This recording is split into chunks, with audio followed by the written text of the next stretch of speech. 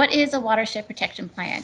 It is a plan that prevents or manages non-point source water pollution, such as land runoff, like stormwater runoff or drainage. The goal of the watershed protection plan is to restore water quality or remove the water body from an impaired listing. It's a way to address water quality issues and avoid regulatory action. They are developed through stakeholder groups, and they are usually funded from the Texas Commission of Environmental Quality, the Texas State Soil and Water Conservation Board, and/or the U.S. Environmental Protection Agency, but not always. Sometimes they are locally funded, and some of them in our region are locally funded. And as a great source of information, I just wanted to highlight to you the Texas Commission on Environmental Quality's non-point source viewer, which is a map of all the watershed protection plans in Texas that are managed through TCEQ or the Texas Soil Board. And it gives information on their status and their project managers, but it does not show the watershed protection plans that are locally funded. And what is a watershed characterization study? I just wanted to give you this information because some of our speakers will be alluding to these studies. It is the first step in the development of a watershed protection plan, and it is the step where water quality data is collected and analyzed. And here is a map of the watershed protection plans in the NCTCOG 16 county region. The red segments are the Category 5 impaired waters according to the 2018 Texas Integrated Report, not the 2020. And the blue waters are those that are Category 4 waters. And you can see the red lakes are those that are Category 5 lakes. And this map shows that we have 9 watershed protection plans in our region in various stages of development. Some are in the very early stages, such as watershed characterization, but some of the watershed protection plans in the region have been finalized and even approved by EPA. And our knowledgeable presenters will give you information on all these watershed protection plans today, except for Lake Granbury. I do not have any new information on that watershed protection plan at this time.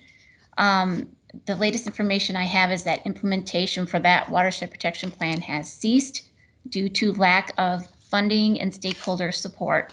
But if you have any different or recent information on that watershed protection plan, I would be very grateful to hear it. And I'd also like to point out that we have locally funded watershed protection plans in our region, and those are Richland-Chambers Reservoir, Cedar Creek Reservoir, and the Eagle Mountain Reservoir.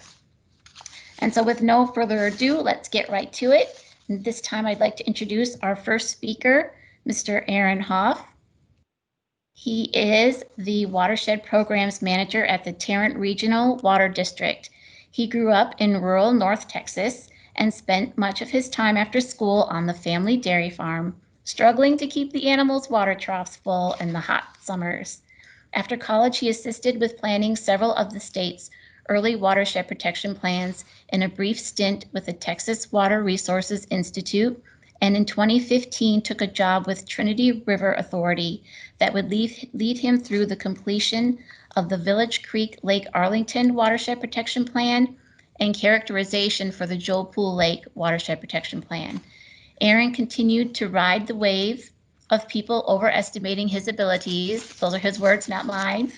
And in early 2020 was asked to head up the Watersheds program at Tarrant Regional Water District, where they're continuing to go digital along with the rest of the world.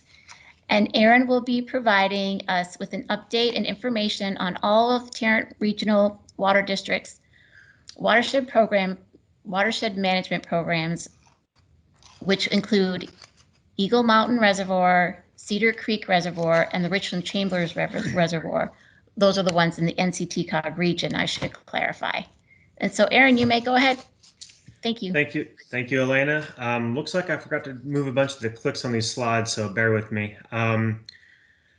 So as you can see here on this map, Tarrant Regional Water District has 4 major reservoirs that we really look after within our regional, our boundary that we work within, which is that blue line you see. Those are Cedar Creek Reservoir, Richland-Chambers Reservoir, Eagle Mountain Reservoir, and up at the very top left, you'll see Bridgeport Reservoir as well. These 4 reservoirs will give me a couple clicks there. The rest of the information should pop up. Yeah, there we go. So the reason we are focused on these 4 reservoirs is that we are a raw water provider to a lot of the other entities within the region, and the water that we provide to those entities comes from these 4 lakes primarily. So, among these lakes, they're the kind of endpoints for our watersheds that we manage, which is about 5,000 square miles. And that spreads across 17 different counties. So there are a lot of people at play here. Not only a lot of different, residents and different perspectives at play and different businesses at play, but also just the underlying geology, the variations in soils and vegetation. In our western watersheds, it's more rangeland. In our eastern watersheds, it's primarily row crops. So it's a lot of different perspectives to manage from an education outreach standpoint, and a lot of different variety when it comes to how you manage water quality in these watersheds. In addition to that, you've got different variations in rainfall. Off in the western area, it's about 27 inches per year. Over in the eastern areas, where a lot of our water actually does come from, in those 2 eastern reservoirs, it's 42 inches a year. So we've got a lot of stuff to deal with, whenever you're looking at an area this big. And I'm sure everyone else will talk about it again today too, but urbanization and even suburbanization on that fringe is becoming more of a concern as we talk about the changes in how you deal with water quality in your audience just changing as well. Next slide, please. So here you'll see a graphic that was created by our stormwater conservation districts and our partners in NRCS. And we deal a lot with those 2 organizations for a very good reason. And that is whenever you're looking at, how you fund these water quality management projects, whether they be just planning or actual, construction on the ground, we found that it's a really good idea to use a local, a local person or a local group to handle those types of conversations. So you'll see here whether it's money coming directly from the district where I work, or if it's coming from corporate partners like Miller Coors or McDonald's, or if it's coming from EPA Clean Water Act 319 money, or a number of other organizations we work with. That money doesn't ever come through us. It goes straight to the local stormwater conservation districts for them to met out as they see fit through some of the agreements we have with them or the agreements they have with the landowners. So you'll see the money kind of funnel into the stormwater conservation districts normally, and that may come from those organizations I mentioned. It may come directly from NRCS, and then they met that out through the the bottom part there, where you'll see directly to conservation practices, actual construction or nutrient management programs, monitoring assessment of how changes are happening on those landscapes where they're working. And then really we kind of handle a lot of the outreach and education through some of our programs at TRWD. So there's a lot of ways that assistance dollars can go, what it can go to, and how it's how it's worked out. And like I said, the Stormwater Conservation District is always the hub. And that's usually the most local entity, and the one that your landowners really trust more than anybody else. What we found is there are still some gaps in that, and we're working to close those gaps now. And when I speak of gaps, y'all heard earlier in the introduction that I'm a son of a farmer. I did a lot of farming growing up, so I know that a lot of my dad's contemporaries and my family's contemporaries don't trust the government. And while that may hurt my feelings a little bit, that still doesn't, solve the problem of those are really the people we probably should be reaching out to more, as the ones that, they probably don't have anything on their land, in terms of nutrient management or runoff management. So we're thinking of new ways where we can bypass the governmental aspect of it entirely and do some grants, through another mechanism straight from corporate sponsors. And that's something kind of we're looking at trying to get set up right now, is for non-governmental programs to also take a point in the watershed. Next slide, please. Give it a couple clicks there. I apologize again for not taking these little things out. Couple more. All right, that's good. Thank you. So looking at, how we do this restoration or these, these management practices, or, what we're talking about in terms of what we're funding.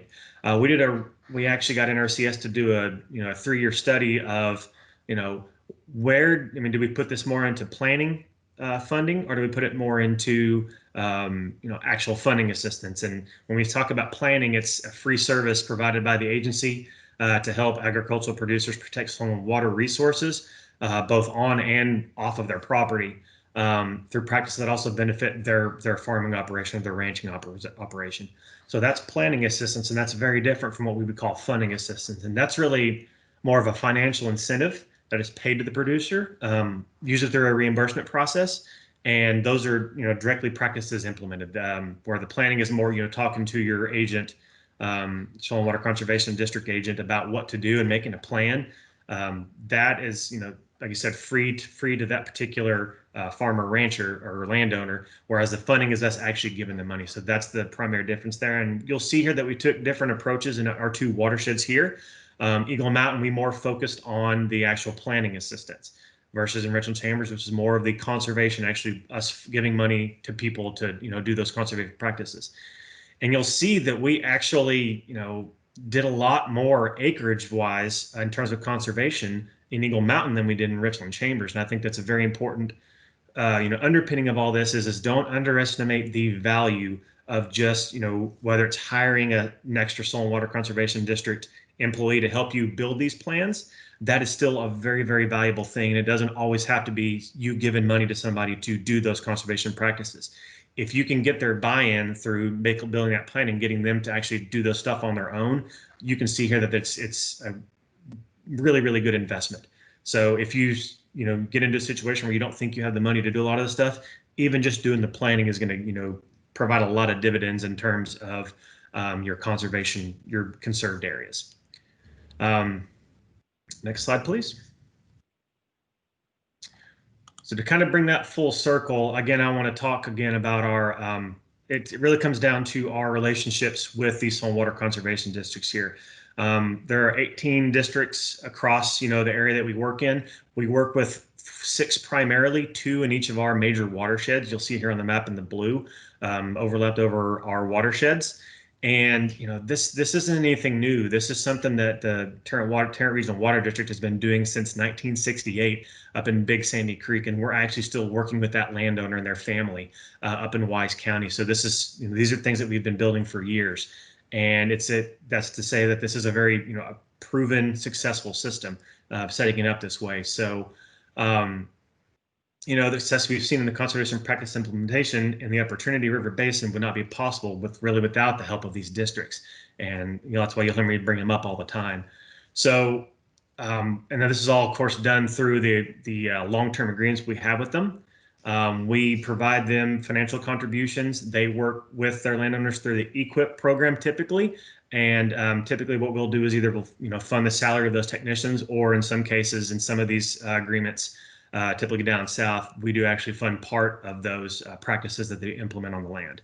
So, it's not just those types of landowners too. We work with the municipalities in some areas, schools and others, and other organizations to support that education aspect as well. So we'll take our stream trailers out to not just landowner properties, but to schools and all that stuff too. So another part to say that education outreach is also a big part of what we do, and is no less or more important than our actual talking with landowners and working with them directly. Next slide, please.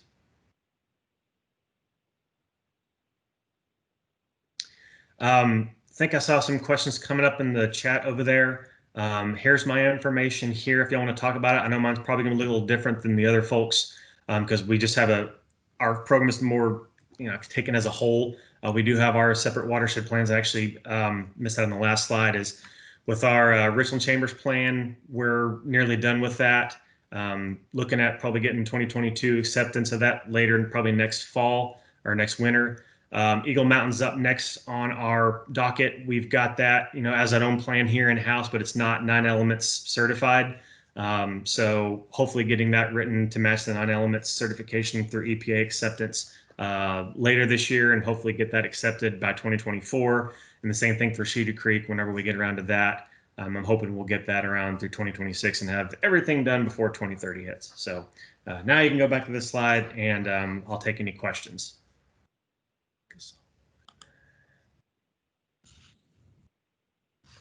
So the one I see is from Cody Cash. How does the cost per acre of conservation Eagle Mountain versus Richland-Chambers compare with water quality improvements? Are they comparable, or is it too early to determine?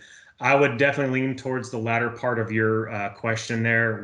I mean, these things, water quality from a non-point source perspective can take a decade for you to actually see improvements.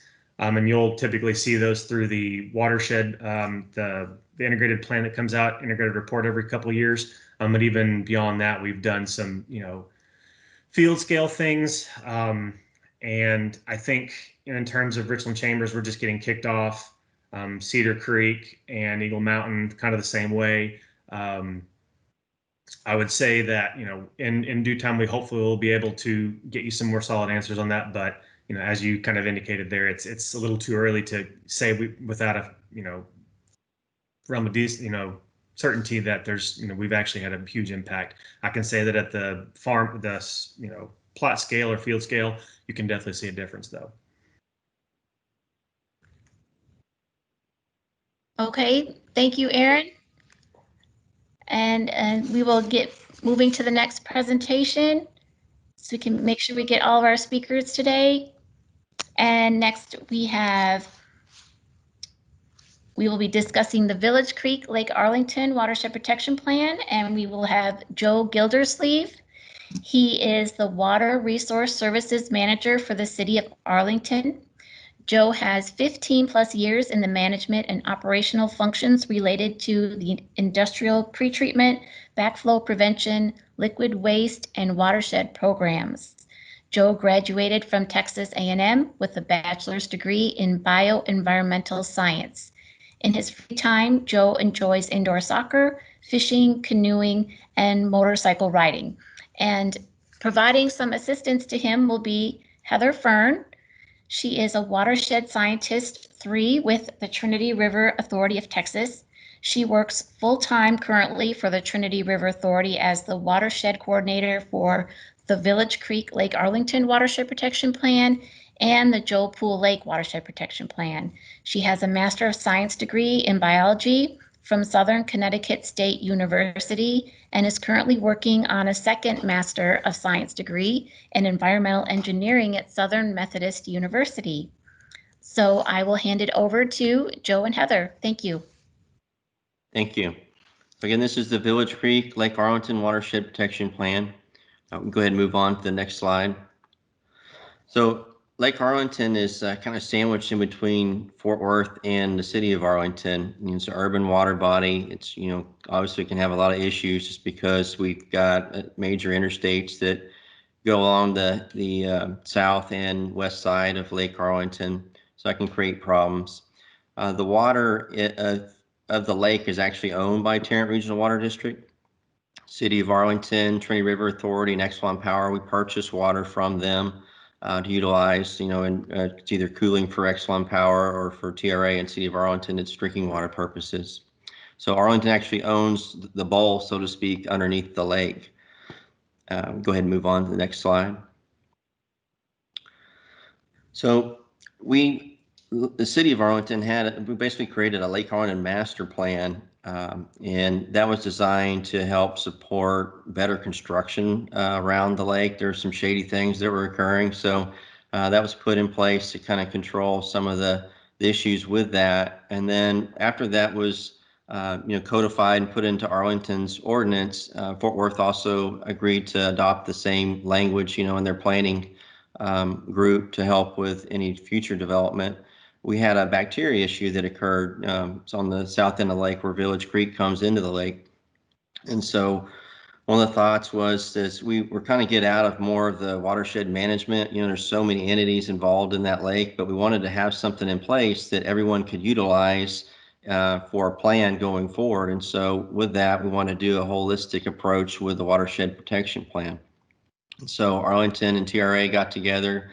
Arlington decided, we'll do the matching piece of the grant, and TRA said, we'll do the in-kind contribution. So Trinity River Authority, basically, they put it all together. They completed the Watershed Protection Plan, did all the necessary elements of it, and then submitted it to EPA, and then that was accepted in 2019. And go to the next slide. And so we have all these different implementation measures. That's kind of what's in the background of this slide that were identified that we can start putting in play to help with future water quality improvements. And one of the things that I'm sure many of you all experience or have issues with is all this area is outside your jurisdiction. So it takes a lot of meetings. Aaron, he developed our protection plan. We have to give him kudos for that. Did a good job. But he had, got all the different entities involved that are in our watershed to try to bring everybody together to identify, what measures we need to take, what's the easy hanging fruit, that kind of thing. Over the summer, Fort Worth had an opportunity to put in for a design of a trail on the west side of the lake. And so we did a letter of support for that. And I believe Aaron started about this time last year a clean slate, so water cleanup program to try to get that as part of one of the other implementation strategies to put in play. I don't know that any of that's actually come to fruition yet, but those are just some of the things that we've started working on currently. But again, a lot of this is really difficult. It's just nice to have a plan that's finally completed, but we've got to have other entities involved to help us. Arlington actually has very little of its land mass that discharges into Lake Arlington or flows into the watershed, let's say. So a lot of that, we're looking for opportunities for those in Kennedale south of us. Go all the way down to Joshua is the furthest piece of our watershed. It's kind of weird because it flows from the south to the north. But there's just a lot of people that came together to try to identify measures that we can try to start improving the water quality in Lake Arlington now. And of course, we had COVID hit, so that's hurt budget initiatives to try to put anything to play. But City of Arlington's got various things like the MS4, in place that are going to have things that relate to some of the things we identified. The bacteria TMDL for the Greater Trinity Regional project has also got things that were involved with that. So there's a lot of things already that we're doing to help support the Watershed Protection Plan that are ongoing. But there's more opportunity, obviously, and a lot of these things that we've identified will be part of that. That's kind of all I have as far as a current update on it. Heather, do you have anything you want to add? The one thing I could add is that we did have a meeting with those parties that were responsible for developing this implementation plan in June, and we found that the budgets had already been decided on for the year. So in order to apply for 319 funding to get implementation started. So we're hoping to have a meeting in January or February of next year in the spring to see if there's some opportunities for match funding to apply for a 319 grant to get this started. So that's what we have going on right now. Okay. I think that's it for our update. Thanks, Heather. Mm-hmm. Okay, thank you, Joe. Heather, do you want to discuss the Joe Pool Lake Watershed Protection Plan? Sure do. Thank you. All right. So in 2017, the TCEQ, they accepted TRA's proposal for the Joe Pool Lake Watershed Protection Plan, and it was recommended that it be divided into phase 1 and phase 2. So a water quality monitoring project for phase 1 and a 2-year data analysis and stakeholder participation project for phase 2. So the overall scope of the project did not change. It was just split for funding purposes. Next slide. So the funding source for the project is provided by TCEQ, and the local match is from funding with TRA, cities of Cedar Hill, Grand Prairie, Mansfield, and Midlothian. Next slide. The impetus for this project was the 2014 Texas Integrated Report of Surface Water Quality, and it had Walnut Creek listed as impaired for bacteria, and the Mountain Creek arm of Joe Pool Lake listed as a concern for use attainment and screening level for nitrate. And so the project goals included protecting the water quality in Joe Pool Lake and tributaries and improving water quality by addressing the nitrate concern in the lake and then the bacteria impairment in Walnut Creek. However, since the 2014 integrated report, Walnut Creek has since been delisted as impaired for bacteria, and the Mountain Creek arm has been removed as a concern for nitrate. Next slide. So this map shows where the monitoring sites were for the characterization of Joe Pool Lake for phase 1. So we had 6 flow targeted sites. So those are the red dots on the map. And then we also had 14 routine and flow targeted sites. The water quality commenced in June of 2019, and it continued monthly through April 2020. We are now continuing to sample a few of those sites through our Clean Rivers program. And our data collection report was finalized and has been posted to our website. Next slide. And for this, can you click through, I think like 3 or 4 times? Yeah, okay. So this shows our timeline. So the TCEQ, they approved the work plan for phase 1 in 2019, January 2019, and approved the phase 2 work plan in November 2019. So the 2 projects do overlap, so phase 1 and phase 2. Oh, can you see my mouse moving around? Sorry, I feel like I thought I was pointing and you guys could see. Okay, so phase 1 is in red, phase 2 is in blue. After the completion of the planning projects, stakeholders will be eligible to apply for funds to implement the best management practices that they decide upon that are identified in the Watershed Protection Plan. And then assuming that the Watershed Protection Plan is approved by summer 2022, implementation projects could begin in 2023. So right in here where we are here, red arrow is, we have had our kickoff meeting for the stakeholder workshop. Can you go to the next slide? And we have completed our analysis of historical data. That report is available online. It was completed in October 2019. We have done our data collection report, completed November 2020. The kickoff meeting was held November 12th, and we had residents, landowners, and other stakeholders that attended virtually, as well as some in person. And they were able to learn about the water quality in Joe Pool Lake and how to get involved in making decisions. And what's coming up next is going to be our development of the water quality model for Joe Pool Lake watershed. And that will commence after the modeling quality assurance project plan is approved, hopefully December 2020. And the modeling will continue through September 2021. And this watershed modeling is going to help us characterize the sub-watersheds within Joe Pool Lake. And then we will be developing the Watershed Protection Plan. Next slide.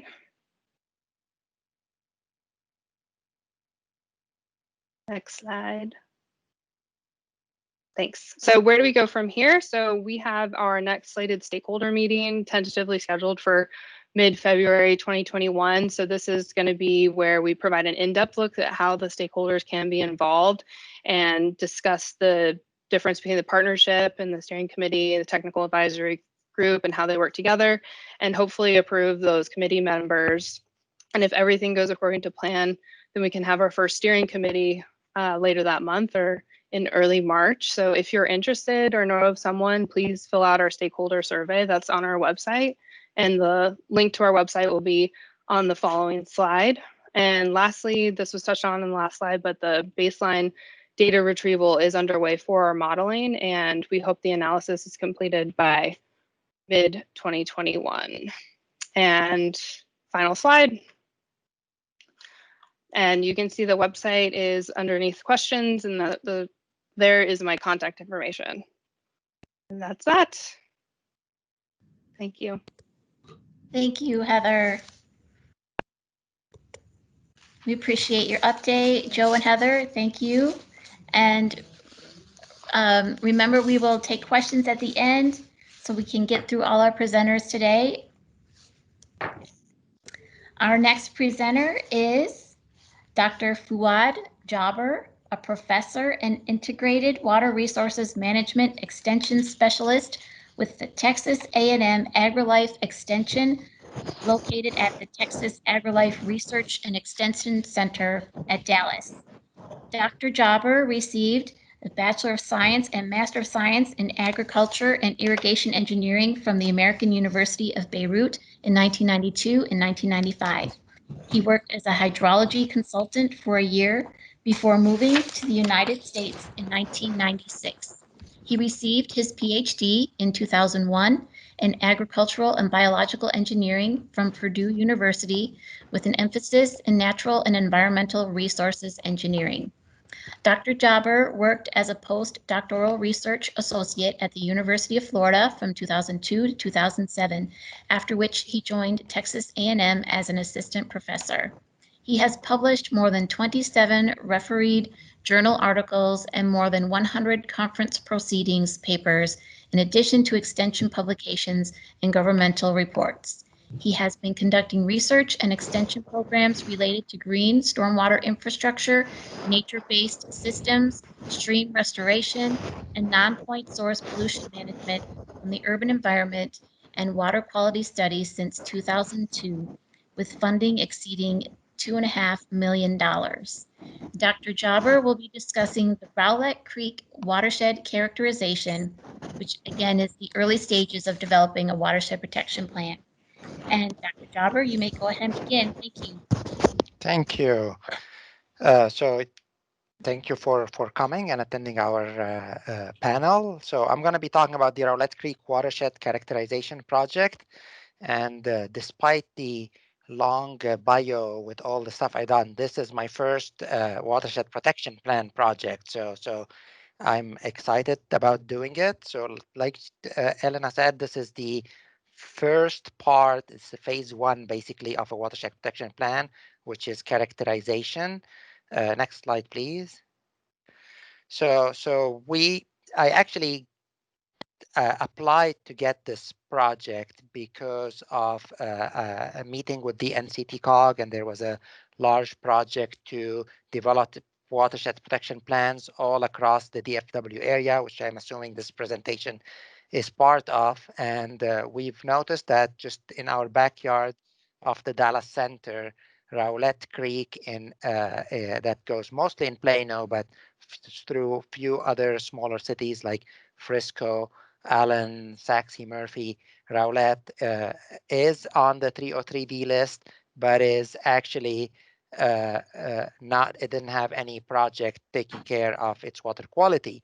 That stream is specifically very important because it does discharge into Lake Ray Hubbard, which is one of the main water supply reservoirs for the Dallas water utilities. It's listed on the 303D list for bacteria, and it's listed as a concern for nitrate. Next slide, please. So we applied for this grant a couple of years ago through a 319 grant through TCEQ, and which is through EPA, using EPA funds. The project was actually, the idea came between the city of Plano, Texas A&M AgriLife, and we're working with Southern Methodist University as a subcontractor to us, and then the North Texas Municipal Water District is a partner that is helping us with the water quality laboratory work. This phase of the project includes mostly monitoring and modeling part. It's phase one, as Heather was talking about her project being phase one and phase two. This project will be the same thing. Also, we're still in phase one. We're hoping to get funding for phase two. Phase two will be the full watershed protection plan development. But in preparation for the full phase two, we thought that in addition to the monitoring and modeling, we would start our stakeholder group. And so we're currently developing the list of the stakeholder holders that and hoping for a lot of people to join. We are also hoping to have a kickoff meeting in January. This is all going to depend again on the COVID conditions, whether we go virtually in January 2021 or wait a little bit if things get better just around that, and then have an in-person meeting. If anyone here is interested, consider themselves a stakeholder for Rowlett Creek, which goes through Plano, please send me an email. My email will be in the I think in the last slide of this presentation, so I can put you on a list and eventually invite you and let you know when will that meeting, the first meeting, will happen. This phase 1 part, which includes both monitoring, modeling, and the 6 first stakeholder group meetings, is planned to be completed by either late this year or early 2022. Next slide, please. So what have we done until now? So we developed a QAPP, Quality Assurance Protection Plan, which details for the monitoring. So it details how we're going to collect water quality samples in order to be able to start evaluating the condition of the stream and what are the sources of pollutant in the watershed. Once we developed all these rules and regulations in the QAPP, we selected monitoring sites, and these are at the outlet of 5 sub-watersheds of the Rowlett Creek watershed, so that we can assess where is the bacteria, where's the nitrogen coming from? Is it the more urbanized area, the less urbanized area? Is it coming from upstream cities?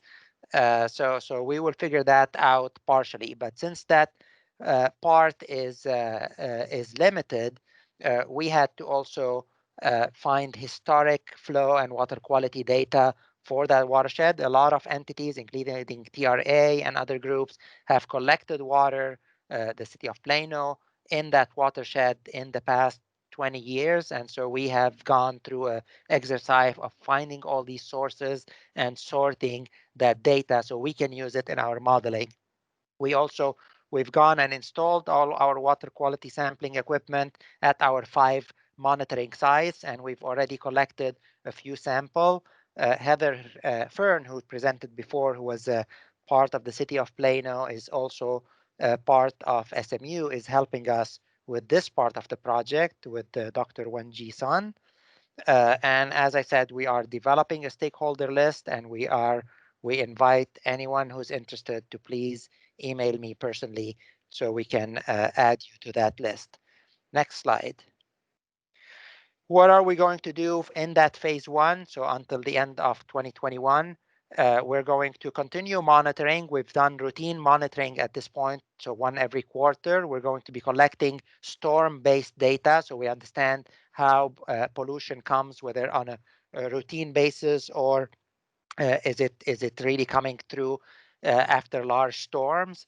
We're finalizing the modeling QAPP so we can model the watershed and then start figuring out how can we actually place strategically some best management practices that will aid in reducing the pollution in the model again, so that that would be included in the Watershed Protection Plan. And later, maybe we would go and look for implementation grants to actually install some of these BMPs at the site. We're developing load duration curves and determining how much are the needed reductions. And as I mentioned, we are looking at simulating best management practices for the watershed. Next slide, please. And this is it. This is my information. My email, you can email me at this number. This is my number, but it's in my office, and I'm rarely in my office these days, although I am right now. So I would recommend you use the email if you are looking for a faster response. And with that, I will send it back to Elena. Thank you so much, Dr. Jobber. That was great. We appreciate that. And we will move on to our next presenter, Joetta Daly. She is a watershed protection manager for the city of Denton. She has over 20 years of experience in stormwater sampling, monitoring, analysis, permitting, green infrastructure, asset management, environmentally sensitive areas, aquatic habitat restoration, and WOTUS compliance, Waters of the United States compliance. And Joetta will be discussing the Hickory Creek Watershed Protection Plan. And Joetta, you may go ahead. Thank you. Well, this map is the Hickory Creek Watershed Protection Plan. It was approved in 2016. Our plan was through the EPA and TCEQ, so it's on the urban side for funding. The Hickory Creek watershed is approximately 99,000 acres. A portion of it is in the city of Denton, and as you can tell from the map, it extends way past our city limits, so we work with a lot of partners on this project on the education side and kind of developing priority areas to look at. Ours is unique in that it is proactive. This is not a 303D listed waterways. The impetus behind doing that is to protect Lake Louisville, which is our primary source of drinking water, along with Ray Roberts. And also we have our own wastewater treatment plant and have a discharge permit into Louisville Lake. Louisville Lake is considered concerned level for nutrients, nitrogen, and phosphorus, as well as sediment. If we can go to the next slide. So our first part of our project was looking at subwatershed modeling. We went to the 80 to 120 acre scale using a reiterative SWOT and Qualtex model. So the SWOT model was to look at overland contributions off the side of the waterways, and then the Qualtex model was looking at freight transport degradation within the water column as you move through these watersheds. We came up with priority watersheds. This map on the right is an example of the phosphorus. We did the same thing for sediment and nitrogen. And we came up with 282 areas of concern. And then we looked at what was actually within our city limits. The background coloring in this map is different land uses, which will tie into the table on the left. And basically, whichever parameter of concern you look at, we don't see a lot of difference going from agriculture use to urban use. Our big impact is going from forest to urban. We're a hugely rapidly urbanizing watershed. So this was an area of concern, and kind of our focus was looking at these areas that are transitioning to urban use. One lesson learned and thing that we applied outside of the watershed plan itself is working with other groups within the city, our long-range sustainability plan and our forestry plan, increasing tree canopy cover, which ties in well with some of the overall goals of this watershed protection plan. Let's go to the next slide. I was going to go over a couple of the BMPs that we put in place and kind of talk about some things we found that were effective and some lessons learned with these. So this is our South Lakes Park. It is our neighborhood fishing park and right next to an industrial area that has a mining facility and a gas well facility. So we have sediment runoff going into our fishing pond. So the BMP was built to intercept those areas. What you see on the left side is, in the top photo, is kind of a first flush area. The little squiggly line of grayer, finer rocks is an infiltration trench. That's designed to catch the first splash and something from an operation and maintenance standpoint that we can trade out if we need to over time. A cool lesson learned with that has worked really well for us is having monitoring wells installed in these so we can open them and see what the sediment load is inside of these first flush areas. So it's an easy monitoring tool. We spent a lot of time planning and engineering this project, and at the end, we're planting and trying to do our sampling part of our grant at the very end without vegetation established well. Important lesson learned, try to get your vegetation in very early, especially if you're doing natives, and be cautious with that. It takes a good 3 years to establish native plants well. So we were monitoring and not seeing the results we wanted to see during our grant. Later, we saw great results, but it was kind of after the point of turning in some of our data. The bottom photo is the drainage channel with the rock infiltration areas and native plants. We went native plants on this and have no-mow signs along it, and kind of an education about the benefits of no-mow areas. And we are a monarch city and a bee city, so we've tied those programs into this. This is an existing park, so we're able to tie into the irrigation system. One lesson learned is that the irrigation costs about twice as much as the plants themselves. That was a little bit shocking when we went to bid that. For this program, we were able to tie into an existing controller for the park system, so that gave us a lot of cost savings. So that's something to definitely plan for on these projects. Let's go to the next one. This is a neighborhood area that we had a lot of concern with nutrients. It's a newer, big subdivision. They like really green yards. And so we did these bio-infiltration areas along the channel. So the lower left picture, the water, we're standing on the curb and looking at the water running down the stream, and then moves off to the right into this bio-infiltration area. There's the large rocks across the channel, and it just kind of bumps it into that infiltration zone, and then it backflows back out through the large rocks. The one on the right is a similar concept. The channel in that image is to the right. The area fills up and then backflows back out. One lesson learned with these was we did beautiful native plants in them, little shrubs, and we have the lowest contracted mowers, so they mowed them all. So we end up going back to just sodding it and having a few large trees as focal points in these areas. The low maintenance on this has worked out very well and been cost effective for us. Let's go to the next one. Somebody else mentioned low duration curves. We are working on low duration curves. We've just wrapped up collecting all that data. Since our program was proactive, we did not have a threshold designated to us by the TCEQ or EPA. So we worked together to develop our thresholds of concern. This example is phosphorus.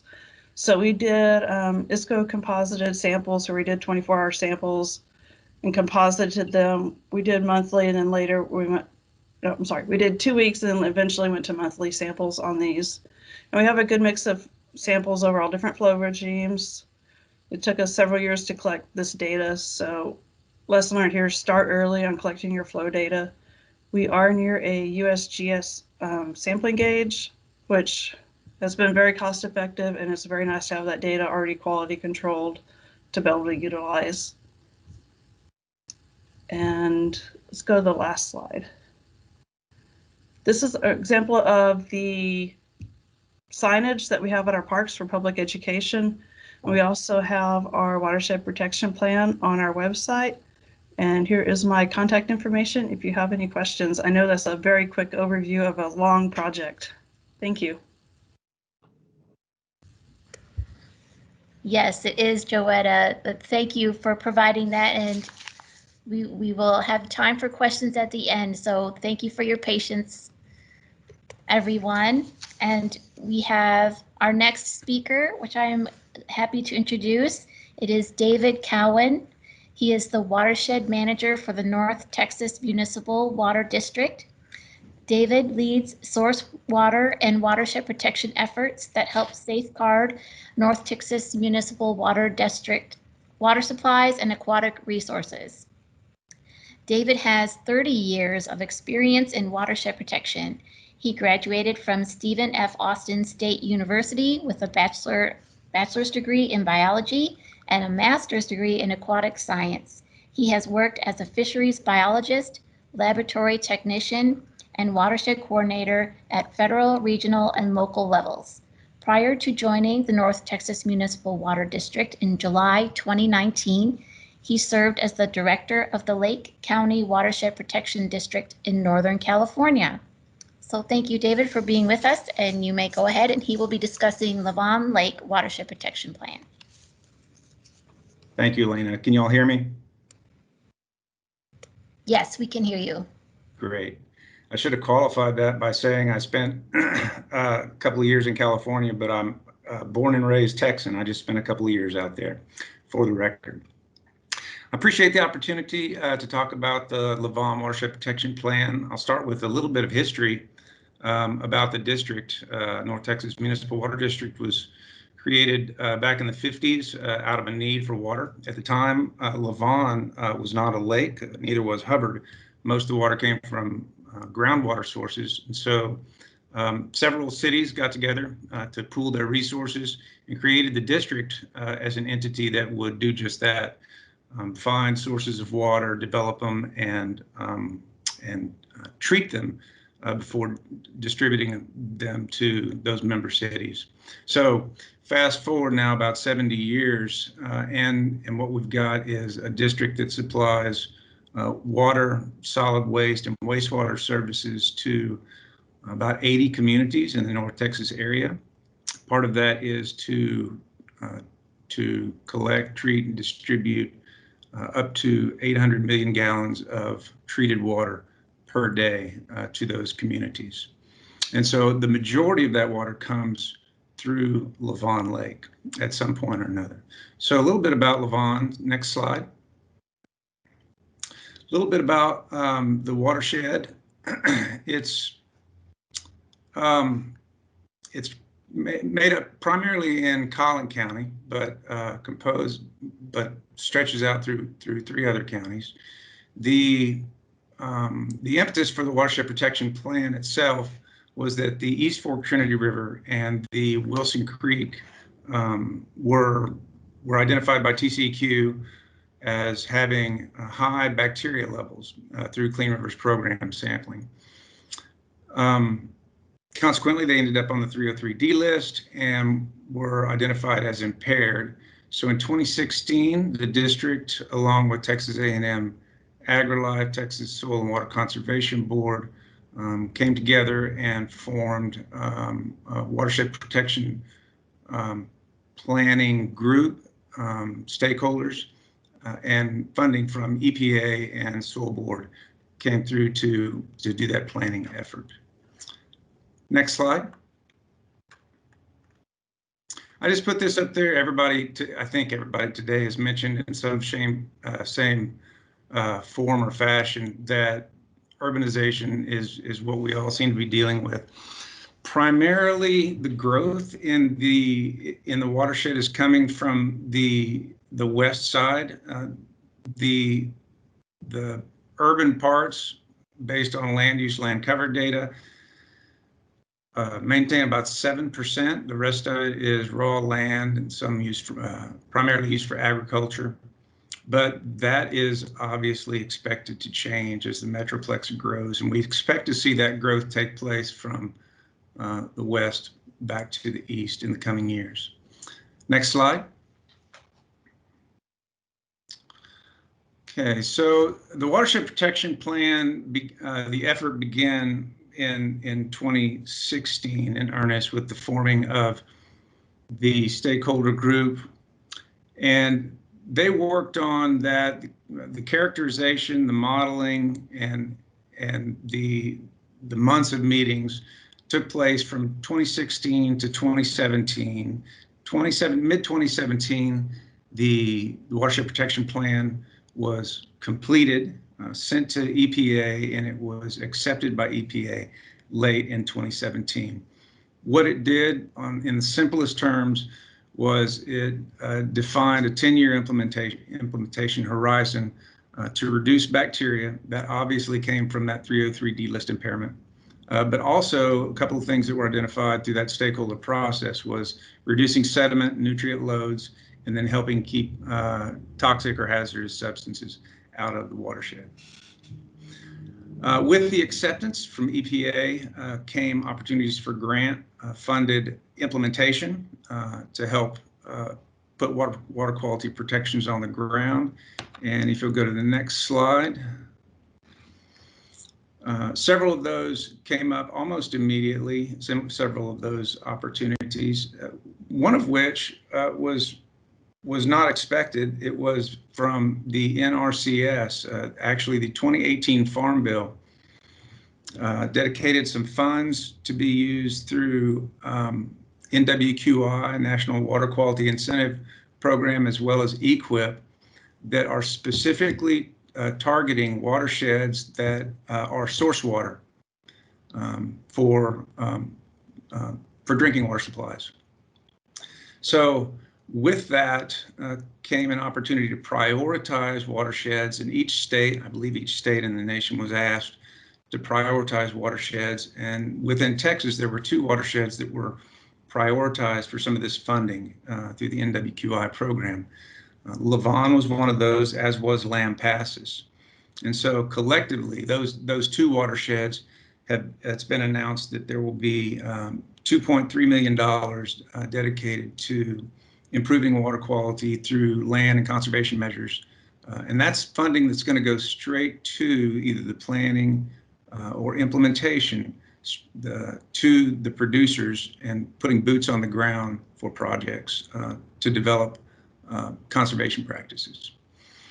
So that one, again, came out of the blue, so to speak. It wasn't anticipated. I think the more traditional method of funding came from EPA 319 funds. And so those next 3 bullets talk about, we got 2 soil board grants come into the watershed and 1 from TCEQ. And I'll talk a little bit, well, real quickly, the second bullet on there describes Soil and Water Conservation District personnel that was hired. They answer to the local Soil and Water Conservation District Board, but they provide one-on-one expertise to local ag producers and landowners to develop water quality management plans suitable to their tracts of land, depending on what the goals of those producers are. Soil and Water Conservation District, Texas State Soil and Water Conservation Board grant that came to the district was to continue to support implementation, and that was through water quality monitoring and outreach. And then the TCEQ provides a grant to do some green infrastructure. Once again, a lot of the growth that the whole area is experiencing is going on in the watershed, and so having the municipal side of watershed protection covered with TCEQ's grant has been very helpful. Next slide. So I kind of broke those down because typically you'll see a TCEQ grant that will support city or more urban efforts, and Soil and Water Conservation Board grants being more urban. So just to go down the list real quickly, I mentioned the Soil and Water Conservation District. The funding from the Soil Board to the Soil and Water Conservation District is, again, a boots on the ground effort where it's one-on-one working with local producers. We, through our grant with the Soil Board, continue to monitor 14 sites. Those are the original 14 sites that were used to model and characterize the basin. So we're continuing to monitor those to determine effectiveness of any implementation that's going on. And then we also use those funds to provide support for outreach and continued meetings, keeping the local stakeholders and the Lavon partnership up to date on what's going on. And I have I can't see that last bullet because something's come up over it. Give me just 1 second. There we go. Education outreach, stream hydrology trailer. I think Aaron mentioned theirs earlier, and TRWD was kind enough to give us the lowdown. We had a stream hydrology trailer, which, if you haven't seen, is a really, really cool traveling classroom. It's a classroom on a trailer, essentially, that demonstrates erosion principles and hydrology. It can be taken to agricultural workshop days. It can be taken to schools. So we ended up getting one of those through the grant. Unfortunately, we picked it up in February, March timeframe. And what was going on in February, March timeframe? They kind of shut us down. We got to go out a couple of times with it and kind of get our feet wet, so to speak. But there hasn't been a whole lot of activity with that. we had a local conservation district conservationist call the other day and said they had a need for it. So hopefully we're starting to see signs of being able to go out and use that again. On the urban strategy side, with the TCEQ grant, we're designing low impact developments, typical demonstration sites. We have working closely with the city of McKinney, as well as Dr. Jeber at Texas A&M. He's doing the design. We are in the final design phases now, and we are going to develop a series of rain gardens and treatment trains in Wiley at the district's headquarters, and then again, 3 of them on McKinney grounds with the city. And so once those are done and really held in conjunction with those, we expect to go out to bid on those early next year and have boots on the ground and have those sites in construction early spring.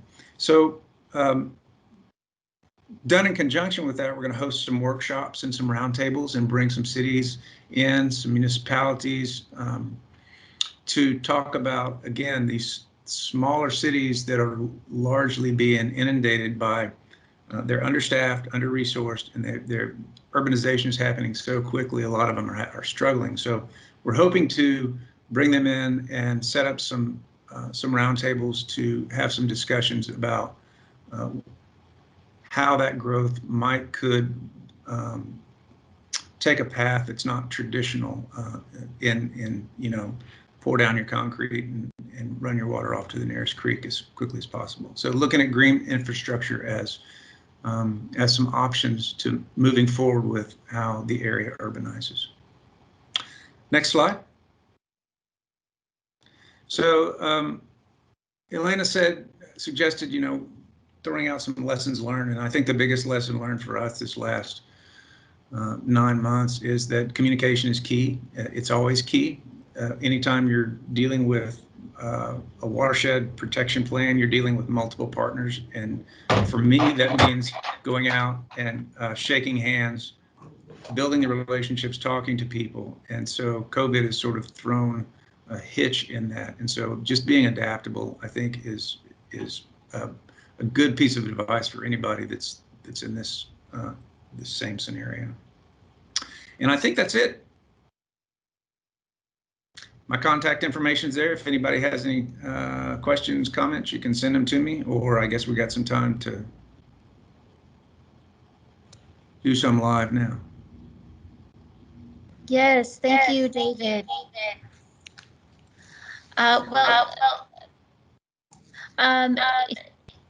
If you have any questions, please go ahead and you can use the raise your hand button, or you can type it into the chat box and I'll read it. Oh, I see a question already. To any speaker, is there a high interest from landowners of North Central Texas for row crop and livestock to develop water quality management plans?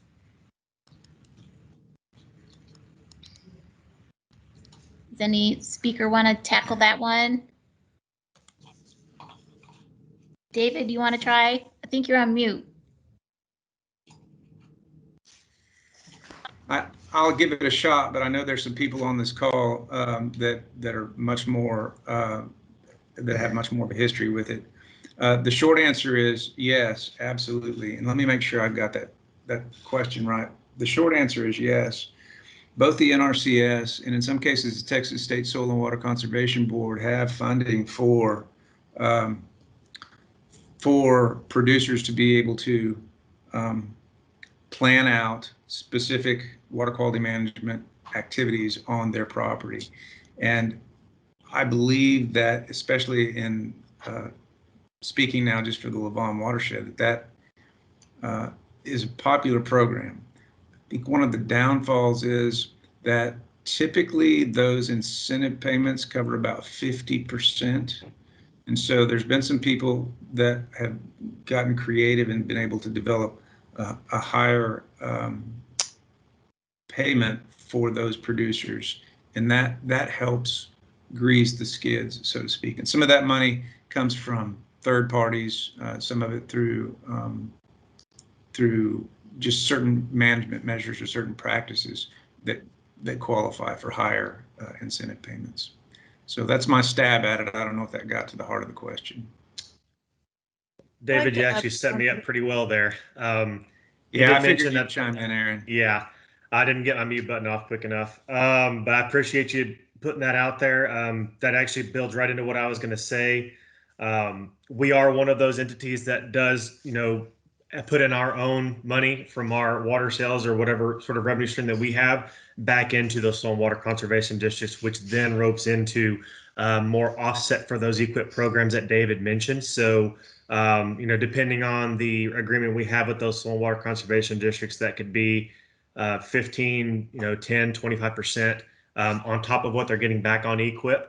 If we're not funding the technical side, by, doing the salary for that technician. So there's a lot of ways that you can get those water quality management plans, incentivize them. One of them is through getting that more technicians out there to go visit these farmers. The other one is kind of more what David was saying, is doing that rebate program and further offsetting those costs through, it could be from us. You mentioned some third parties. So you saw my slide earlier. We've got corporate partners that we're working with that can also incentivize those landowners, both from a ranching perspective, whether it's pastured, grazed lands, and also from the row crop perspective of, whether it's a corn producer, it's a potato producer. You could have McDonald's or a number of other, corporations that could be working directly with landowners or through the Soil and Water Conservation District to offset their costs for improving their land, whether it be through a physical thing like a grass waterway or just a nutrient management program. There are a lot of options out there, and that's actually a lot of what we're doing here in the last few months, is trying to grow those programs, those third-party programs, even more. So there is a lot of interest from the supply perspective. It's a matter of getting the demand ready to go from those technicians, I think, is just as important. In Denton County, the NRCS has an annual meeting for producers to look at what areas are prioritized, whether it is row crops or grazing management or more wildlife management, and to look at what management practices they want to see the money go toward to support which activities. And so that is looking at the equip money allocation. So we encourage producers to go to that annual meeting. And we've been seeing for the last quite a few years that water quality is consistently at the top of the concern list for most of our producers. And Joe, I'd follow up that with, Denton County has theirs. Every one of the soil and water conservation districts through NRCS's assistance does do those meetings. I've been to some in Arlington, I've been to some in Fort Worth. So each district will have those types of meetings. So I would encourage anyone interested in it to figure out where your local meetings are being held and be a part of that conversation. Yes.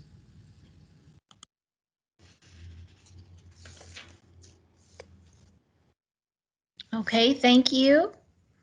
Are there any other questions? I think we addressed the questions in the chat already. Am I correct? But are yes, there Elena, any? I think those are targeted to me and Heather. We got those. Okay, so you're good. Thank you. And are there any other questions for our speakers today, or on any questions on their watershed protection plans? Now would be the time to ask them.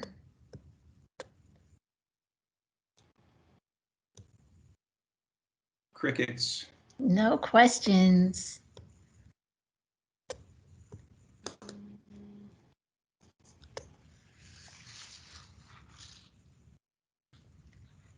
No questions for our knowledgeable speakers. This is your last chance.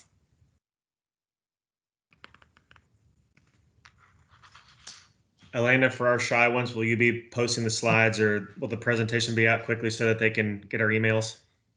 Yes, I will Okay. send the slides out today, and I'm not sure when the recording will be ready, but I will send that as soon as I have it. But today I will send the slides so that you have the contact information for all our speakers.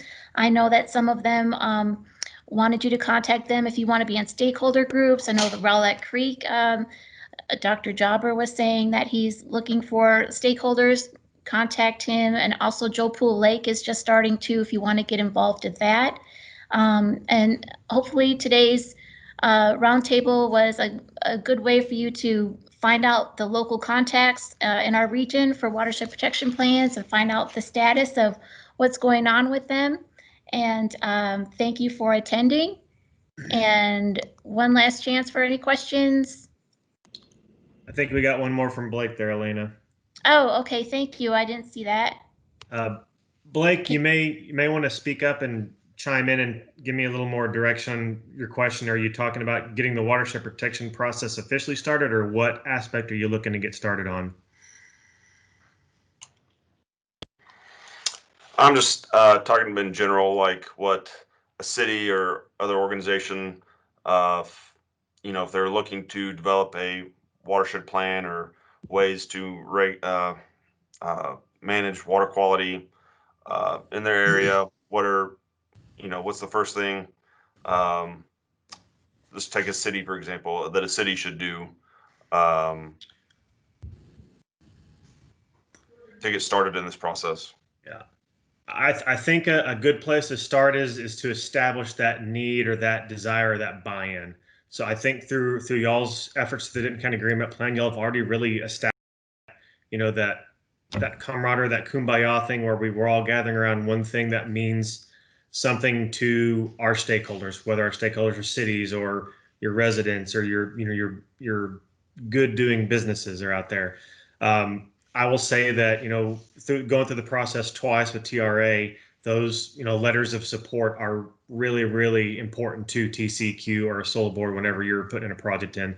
They don't like throwing their money behind something that, isn't going to have support. So if you've got, a worthy cause in mind, and you've got, hopefully even a 319 impairment to back it up. But as Joetta said, you don't need one, as well, that's not entirely necessary. But if you've got, in the case of whenever we're working with Joe Pool, we knew that those watershed impairments might be going away or just, seesawing back and forth over the next few years.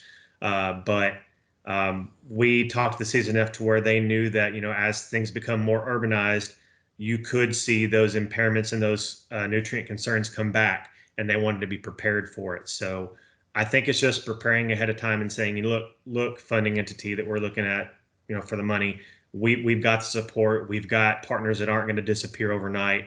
They're as committed to this as we are. So I think getting that as your first step to starting any sort of planning process beyond what y'all are already doing. Yeah, on the data side, I think the EPA 9 elements is a good framework. Yep. As far as kind of what you need, what's the concern, why. If you think of something like bacteria, what's the source? Is it septic systems, or is it something with your wastewater side, or is it feral pigs or waterfowl?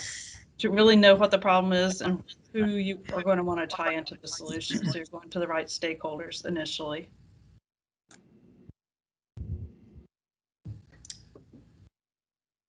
Elena, you're on mute.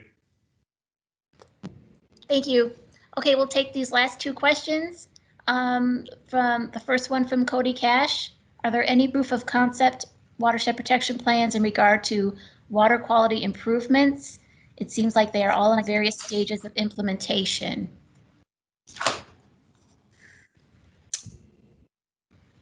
In terms of ones that have been completed and have kind of taken the next step, you can look at Plum Creek and what they've done. They're in I hate to use the word dire, but in a pretty dire situation in the city of Kyle, where they're downstream of Austin, and all the urbanization going in there, and they're kind of always on the edge of trying to keep things under control. So what they've actually done is, as far as I know, and there may be more that happened since then, but they're the only one that has actually gone from the category 5 list down to the category 4 list, and I think they're with the 4B. So in terms of a success, you can see that they're holding the line as far as their water quality goes, but they've definitely gone that step further than a lot of the other watershed plans have, because it is one of the first in Texas. I think it actually is the first that have actually shown enough success to where EPA actually granted them that 4B designation on the impaired waters list. So I would say in terms of the process, they're a pretty good proof of concept. Cody.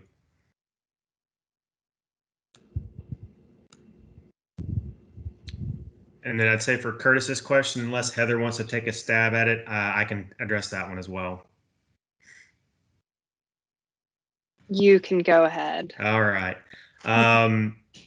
Floatables were definitely, you know, in where everything shook out on the Village Creek Lake Arlington plan. Floatables was, I think, Heather, I think 1, 2, or 3 out of the priorities that the stakeholders had set. Yes. Yeah. For VCLA. So for Village Creek, that was way up there on their priority list. And basically what we were told by TCEQ, which is the funding entity, was that it was a worthy cause. We love the idea, but we can't fund that with 319. Didn't mean they didn't support it.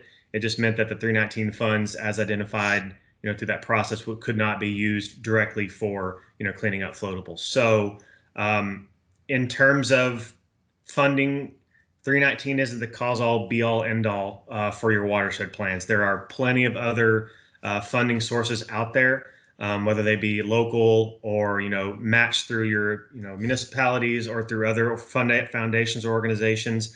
If floatables are something that your stakeholder group are interested in, make sure you put that in your plan so that you can, you know, defend it later whenever you're saying this is what we're doing with our staff time. We've talked about it in the plan. Y'all guys approved it, both by TCQ and, you know, EPA, you know, said it was okay, but they give us a thumbs up on the plan. So I would say that if you have floatables, make sure you talk about it within your watershed plan. You put it as a priority. You put it as a, you know, BMP that you want. And even if you can't use 319 funds to get it, you still got the foundation for whatever grant application you put in for another organization to fund it. You've got that as your backbone and as extra points kind of in your request, the application request that they send to you or that you put in for.